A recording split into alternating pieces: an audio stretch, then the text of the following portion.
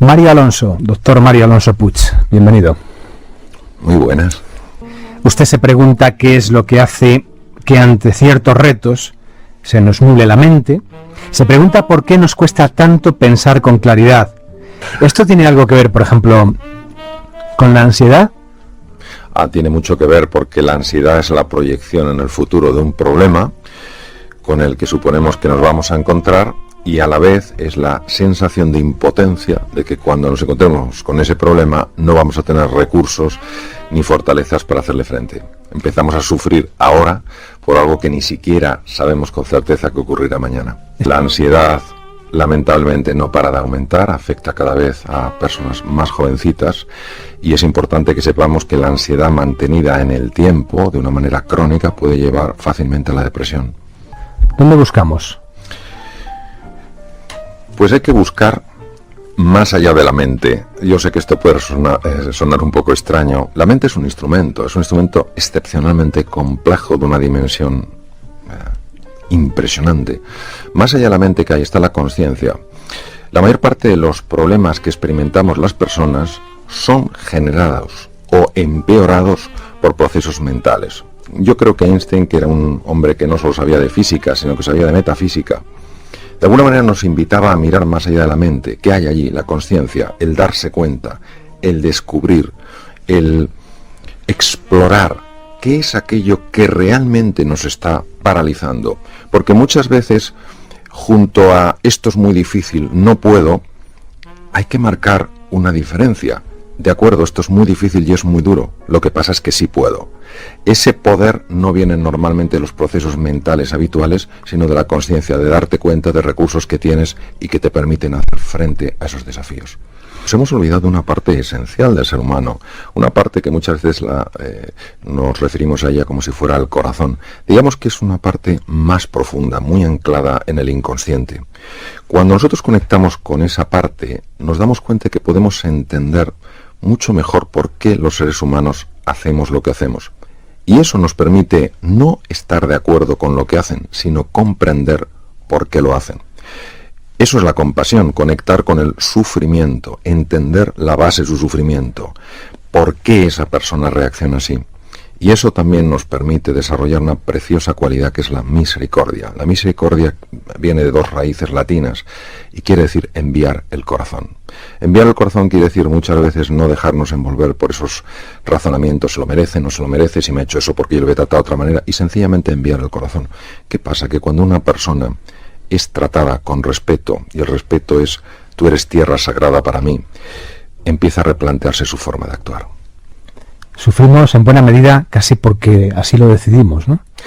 Hay que distinguir muy bien qué es dolor y qué es sufrimiento, porque si no hacemos una distinción en el lenguaje podemos quedar envueltos en una gran confusión. Dolor, tanto físico, psicológico como emocional, es algo consustancial con nuestra naturaleza humana. Una pérdida de un objeto, una pérdida de un ser querido, una enfermedad, es normal que nos generen nosotros dolor, porque somos seres humanos, no somos invulnerables. El sufrimiento es la historia que yo me cuento a mí mismo y que llega a atraparme para explicar ese dolor. Por ejemplo, si alguien me hizo daño en el pasado, claro que es normal que lo haya experimentado, soy un ser humano. Ahora, si yo justifico que no he sido feliz en mi vida por aquel daño que me hicieron, ese sufrimiento lo he generado yo dando vueltas una y otra vez a esa historia que de alguna manera explica aquello. La historia es generación mía. El pasado puede reescribirse, el pasado de cada uno de nosotros. Totalmente. Es inamovible en tanto que le demos una presencia en nuestra vida que la haga inamovible. Si yo me paso la vida mirando hacia atrás, es muy difícil que mire hacia adelante. El problema con el pasado es que muchas veces nos esclaviza. Lo que podría servirnos es para informarnos, para orientarnos y para prevenirnos, pero no para determinar nuestro futuro, porque si no, nosotros no tenemos un futuro, tenemos una simple proyección del pasado en el futuro. Eso es casi tanto como decir que el pasado no fue exactamente como creemos, que no fue del todo real. que fue otro distinto. Bueno, ese es un comentario de una tremenda profundidad por lo siguiente. Los estudios modernos que hay sobre la memoria nos vienen a decir que la memoria es bastante poco fiable, porque mezclamos unos contextos con otros, unos hechos con otros. Y claro, luego que nuestro mapa para viajar sea un instrumento, una facultad de dudosa fiabilidad, pues es un poco arriesgado. En nuestra ingenuidad hemos olvidado que bajo nuestro mundo de razón yace otro enterrado. Y ese es el que tenemos que buscar, entiendo, ¿no? Sí, nos es difícil buscar debajo de ese mundo de razón porque, para empezar, no se nos ocurre que exista. Esto es como cuando se descubrían tumbas en Egipto. Qué difícil es creer que debajo de un árido desierto puede haber un tesoro de semejante envergadura. Jung fue una persona que conoció muy bien distintos estratos del ser humano y nos invitaba a eso. No os conforméis pensando que sois solo lo que veis. Sois mucho más de lo que veis. Lo que sois trasciende por completo lo que veis. Solo utilizamos el 10% de nuestro cerebro. Sí, no podemos saber qué porcentaje usamos, si es el 5, el 6 o el 10%, porque no sabemos cuál es el 100% de la capacidad máxima, por tanto no podemos saber el porcentaje. Lo que sí sabemos perfectamente es que el cerebro responde de una manera directa a la programación mental. Y hay programaciones mentales tremendamente limitantes. Hay personas muy inteligentes que cuando emocionalmente se bloquean no pueden ver una solución que tienen delante de los ojos. Por eso sí que está clarísimo que trabajar esos procesos mentales para que muchas veces no sean tan disfuncionales, para que no nos limiten tanto y sí para que nos ayuden, es absolutamente crucial. Vivimos fundamentalmente asustados. Yo sé que este es un comentario, voy a llamarlo intenso o fuerte. Vivimos fundamentalmente asustados. Ante cualquier cambio, ante cualquier cosa que no podemos predecir, nos genera una sensación tremenda de inquietud. Y hay que pasar del paradigma es una palabra griega que quiere decir forma de ver, hay que pasar del paradigma del miedo al paradigma de la confianza. ¿Por qué? Porque en la vida nos vamos a encontrar con retos que van a ser complejos y nadie puede quitar envergadura a estos retos porque lo son. Lo que pasa es que cuando junto al reto nosotros añadimos una sensación de impotencia, una sensación de desesperanza, o nos dedicamos a culpar o nos avergonzamos, sencillamente ya no tenemos un reto, ya tenemos un problema absolutamente insoluble. Las emociones que sentimos y que importan porque nos ayudan a resolver los problemas, tienen una procedencia clara y específica. Le pregunto de dónde vienen esas emociones, dónde se fraguan, cuándo. Pregunta muy difícil de resolver. Haré mi mejor aproximación. Algunas de las emociones que experimentamos son consecuencia directa del evento con el que nos estamos encontrando. Por ejemplo, si yo estoy haciendo una excursión, vamos a decir en África, y de repente me encuentro de frente con un león, la emoción que se pone en marcha es la natural, la lógica con el evento, con el hecho, que en este caso sería obviamente el miedo. Sin embargo, la mayor parte de las emociones que nosotros experimentamos y que nos limitan proceden de programaciones mentales que hemos generado cuando éramos pequeños y que operan en el inconsciente. ¿Qué quiere decir? Quiere decir que respondemos a ciertos retos con un nivel de miedo que no tiene ningún sentido si tenemos en cuenta nuestros recursos y nuestras capacidades para hacerles frente. Por eso, muchas de nuestras emociones que alteran nuestra forma de ver tienen que ver con la forma en la que nos hablamos a nosotros mismos sobre nosotros y sobre el mundo.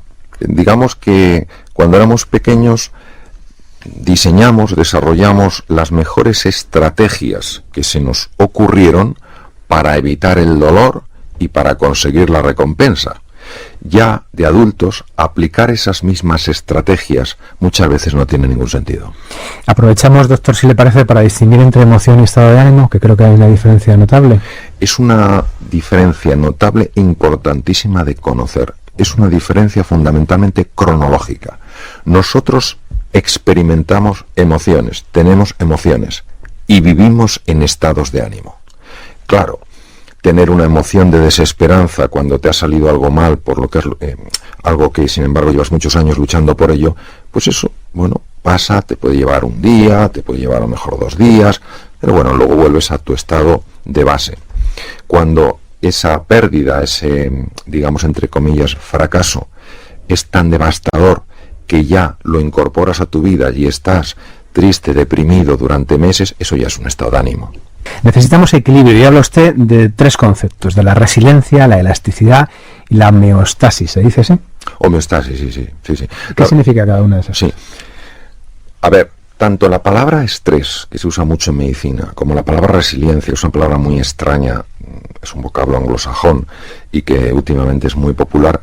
Ambas palabras las debemos al mundo de la metalurgia, proceden del mundo de los metales. La resiliencia es la resistencia que ofrece un metal a ser deformado. Si la vida nos da un disgusto, nos manda una prueba difícil y no nos doblamos, es decir, de alguna manera nos sentimos pequeños, incapaces, mostramos una gran resiliencia. ¿Qué es la homeostasis? La homeostasis es el conjunto de mecanismos que pone en marcha el ser humano para evitar salirse de ciertos puntos de referencia. Por ejemplo, la homeostasis hace que nuestra temperatura ni baje ni suba por encima de unos niveles. Hace que el pH, que es el grado de acidez de la sangre, no suba o baje más allá de ciertos niveles. ¿Por qué? Porque puede tener el efecto inmediato de paralizar las reacciones celulares y morir. Por eso la homeostasis es aprender a reequilibrarnos, tener un termostato que nos permita, cuando nos damos cuenta de que estamos siendo llevados a un lugar peligroso, coger y decir, no, yo tengo que reequilibrarme, tengo que volver a mi balance, a mi estado de centramiento, porque si no yo no voy a ser eficiente a la hora de hacer frente a los desafíos. Usted, en contra de la creencia general, afirma que el cerebro es maleable, que un adulto puede cambiar, que es posible hacerlo, ¿no? Sí. Esto es una cosa que siempre me ha llamado la atención. Todo ser humano quiere cambiar y en su interior la mayor parte de ellos o de nosotros pensamos que no se puede cambiar. Cuando yo estudié medicina, hacía 30 y pico años, recuerdo muy bien en psicología que se decía que la personalidad estaba definida a los 7 años. Y claro, uno decía, oiga, yo es que soy mayor, pues lo sentimos mucho, pero ya es tarde. Y por otra parte, que las neuronas no se podían reproducir. Bien, hoy sabemos que la personalidad es totalmente maleable. No digo que sea fácilmente maleable, digo que es maleable. Y lo segundo, es cierto, las neuronas no se reproducen, sin embargo, sí se regeneran a partir de células madre que tenemos en las cavidades cerebrales llamadas ventrículos, emigran a ciertas áreas, de momento solo se han encontrado 2, bulbos olfativos e hipocampos, y generan nuevas neuronas. Pueden emigrar entre 500 y 1000 diarias y en 21 días se han convertido en neuronas. Y esto, por supuesto, en el adulto. Algo de esto dijo Ramón y Cajal hace mucho tiempo ya. Todo ser humano puede ser, si se lo propone, escultor de su propio cerebro. Es tremendo, ¿no? Bueno, yo siento pasión por Cajal. ¿Qué se le va a hacer? Porque es un hombre de tal talla que alguien que ganó el Premio Nobel de Medicina y Fisiología en 1906, cuando era imposible que lo ganara un español, estamos a tanta distancia científicamente a los alemanes, que es lo que ganaba, que eran los que lo ganaban siempre, que este hombre dijera que todo ser humano, si se lo propone, puede ser escultor de su propio cerebro, nos estaba diciendo que tenemos un poder extraordinario, que nos podemos reinventar, que nos podemos reconstruir, que no podemos decir, yo es que he nacido con poca capacidad, la vida no me va bien porque soy poco inteligente. No. Si tú de verdad estás comprometido, si encuentras una palanca emocional de suficiente peso, naturalmente que te puedes reinventar. Puedes aumentar la neuroplasticidad, que es el número de conexiones que establecen las neuronas entre sí, y puedes poner en marcha la neurogénesis. Claro, tengamos en cuenta que la neurogénesis, uno de los órganos, unas estructuras cerebrales en las que se genera, que son los hipocampos, es una neurogénesis importantísima, ya que los hipocampos tienen que ver con el aprendizaje, tienen que ver con la sensación de ilusión y tienen que ver con el control del pánico. cuando yo hablo de creencias en el libro, no hablo de ideas que tenemos, hablo de algo que para nosotros son absolutas certezas, por lo tanto son incuestionables. No importa que la realidad nos ofrezca un montón de evidencias de que esa creencia es errónea, nosotros generamos unos filtros que directamente impedirán que recojamos esa información del exterior. Estas certezas que están ancladas a nivel inconsciente y que muchas veces son totalmente desconocidas por nosotros, generan automáticamente formas particulares de valorar las situaciones que ocurren y por tanto sentimientos distintos. Por ejemplo, vamos a imaginar que yo tengo por cierto que soy una persona antipática, por cierto, y entro en una fiesta que me han invitado y veo una persona que desvía la mirada. En lugar de valorarlo de todas las maneras posibles que se puedan valorar, solo la valoraré de acuerdo a mi certeza inconsciente. ¿Cómo la valoraré? ¿Qué antipático le debo de resultar a esa persona para que ni siquiera me quiera mirar? ¿Qué sentiré? Pues obviamente sentiré frustración, sentiré ira, sentiré tristeza. Por eso es tan importante ser conscientes de que muchas de nuestras emociones no proceden de una reacción o una respuesta normal a los acontecimientos, sino de certezas ancladas que pueden ser muy limitantes. Y habla entonces de la conciencia y de la atención. ¿Cuál es la diferencia?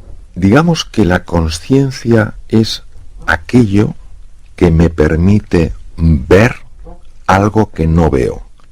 La atención es la luz que al enfocarse en un sitio determinado me permite ver. Por ejemplo, si yo entro en una habitación a oscuras y yo soy la conciencia y alguien enciende una linterna, la atención es la linterna, yo soy la conciencia. Yo veo algo porque previamente se ha enfocado una luz donde estaba oscuro. Sería interesante que nos diéramos cuenta del papel esencial que tiene la atención en nuestros estados de ánimo. Donde nosotros llevamos la atención, se hace más real para nosotros. Donde nosotros llevamos la atención van nuestras emociones, va nuestra energía. Vivimos en espacios de atención. La misma realidad enfocada desde distintos ángulos da percepciones completamente distintas. Y habla usted de aprender a perdonarse. Porque la ira es un veneno curioso. La tienes hacia una persona pensando que le va a hacer daño a ella y a quien te mata es a ti. Primero por una razón de profilaxis o de higiene. Hay una serie de emociones, como el resentimiento, como la ira, como la frustración, que cuando se transforman en estados de ánimo cambian con gran profundidad el estado hormonal del cuerpo y se ponen en marcha una serie de hormonas que generan mucho daño e incluso ya hay evidencia de que que afectan a nivel genético. Entonces, primero por una razón de pura higiene, es decir, ese tipo de emociones son tóxicas. Pero cuanto más vueltas le dé a lo que ha pasado, más voy a quedar enmarañado en todo este discurso limitante de razones y justificaciones y no voy a alterar las emociones. Por eso, este perdonar para mí es esencial, ya que te devuelve de alguna manera el equilibrio. Y no solamente perdonar a los demás, sino perdonarse a uno mismo por los errores que ha cometido. Me gustaría señalar muy claramente que perdonar no es estar de acuerdo con lo que esas personas hicieron, es entender que desde el nivel de ceguera que tenían, es lo único que se les ocurrió hacer. Déjeme volver sobre sus palabras. De algún modo es un ejemplo. Dice usted que tras los gritos, los portazos, las discusiones, las palabras pronunciadas que nunca debimos o quisimos pronunciar, después de todo eso aparecen los sentimientos de desesperanza, la ira y incluso, como decíamos, contra nosotros mismos, ¿no? Dice usted que la voz de nuestra conciencia golpea una y otra vez y dice que torpemente lo toleramos, convencidos de que solo el autocastigo nos llevará a cambiar. Bueno, esto es lo que nos han enseñado también, ¿no? Claro, ese es. ¿Cómo no escuchar la voz de la conciencia, no? A ver, es que hay dos tipos de conciencia. Yo en el libro, cuando hablo de la conciencia, hablo de esa luz que nos permite ver más allá de nuestra oscuridad. Ahora, cuando nosotros en el hablar cotidiano hablamos de la consciencia, muchas veces estamos hablando de una cosa completamente distinta. Creo que hay cosas que tenemos que aprender y creo que hay muchas cosas que tenemos que desaprender. Y pienso que cuando el castigo es la única arma que tenemos, el efecto es bastante escaso. Cuando nuestro objetivo es la reeducación, entonces podemos conseguir mucho más efecto. Todo lo que sea generar sensación de culpa y sensación de vergüenza es muy limitante. Tú puedes sentirte triste por algo y como consecuencia de esa tristeza elegir cambiarlo. Si te sientes culpable, lo único que te pide el cuerpo muchas veces es aislarte para que nadie te vea. Bueno, curiosamente, claro, pasan los años y, como decíamos, ante situaciones similares la respuesta será siempre idéntica, el protocolo se repetirá. Y le pregunto por qué sigue todo igual.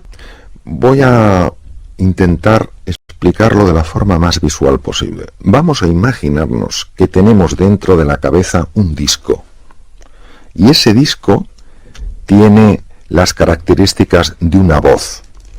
Y nosotros prestamos atención a esa voz como si fuera lo único que existiera. El problema que tiene el ser humano es que cree que es ese disco y por eso no se le ocurre mirar más allá del disco. Y si el disco lo que te dice es, tú no puedes cambiar, eres demasiado mayor, no tienes formación suficiente, nadie te apoya, no vas a poder cambiar, pero no porque no puedas cambiar, sino porque tu atención está absolutamente enfocada en ese disco. El cuerpo refleja de una manera muy clara el inconsciente. Cuando una persona tiene una preocupación, incluso sin que ella sea consciente en un momento determinado de esa preocupación, se puede notar en el grado de tensión muscular, en cómo están funcionando sus vísceras, en la frecuencia cardíaca, incluso en cambios en el electrocardiograma y cambios en el electroencefalograma. Es decir, los procesos corporales están absolutamente anclados fundamentalmente con la manera en la que opera el inconsciente. Esto es un inconveniente y es una ventaja. El inconveniente es que todas esas emociones disfuncionales de las que hemos hablado antes, la desesperanza, la ira, la frustración, cuando se convierten en estados de ánimo, tiene una repercusión en el cuerpo. Dolores de espalda, problemas de columna vertebral, tensiones musculares, patologías digestivas, reducción de la función del sistema inmunitario, patologías respiratorias, de todos los colores. ¿Cuál es el lado positivo? El lado positivo es que si nosotros utilizamos el cuerpo fundamentalmente a través del ejercicio físico, tiene la capacidad de alterar muchos de estos programas mentales. Es decir, el cuerpo es un acceso muy rápido para reducir la ansiedad y para reducir la desesperanza. Por eso, desde la oportunidad que me ofrecen de hablar desde aquí, verdaderamente mando un mensaje de lo esencial que es ponerse en forma, hacer ejercicio, andar, salir de los estancamientos sedentarios en los que muchas veces nos metemos. ¿No es usted muy bondadoso cuando dice que en nuestro corazón no anida la maldad, ni tan siquiera la incapacidad, sino la más profunda de las cegueras? A ver, yo creo firmemente que la esencia del ser humano es fuente de amor, de creatividad, de sabiduría, de energía y de belleza. Lo creo firmemente. Y sé que junto a eso se ha pegado una costra, algo muy difícil de entender de dónde procede, que hace que se generen una serie de limitaciones en nosotros, cuya expresión más frecuente es la violencia, el miedo, el aislamiento. La última pregunta, porque no caben más, en torno a esas heridas del alma de las que hablábamos, todas ellas dejan un rastro en nuestra memoria. Hablábamos de que la memoria no almacena solo recuerdos de los hechos que ocurrieron, que la memoria almacena también sensaciones, emociones, experiencias, vivencias, que la memoria es algo muy complejo y que por eso el pasado no es algo rígido e inmutable. Me parece, todo un descubrimiento. Sí, me gustaría comentar que la herida, que muchas veces tanto nos duele, se ha convertido en la motivación para superarnos. Nos sirve de identidad, digo, este pasado creado,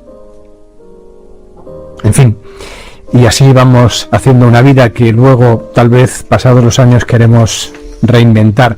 Mire, este reinventarse suyo, diría, si me permite para finalizar, que se lee en una tarde, rápidamente. Otra cosa es el tiempo que la digestión lleva. Creo que reinventarse o reinventar la vida de nadie no es nada sencillo y que a veces duele. Otra cosa es que merezca la pena intentarlo, ¿no? Sí, y yo sugeriría no solo enfocarse en el objetivo, sino disfrutar del proceso. Entonces no duele tanto. No, entonces se ven las cosas desde un ángulo completamente diferente. Doctor, ha sido un placer. Hasta el próximo libro. Hasta el próximo, muchas gracias. Gracias.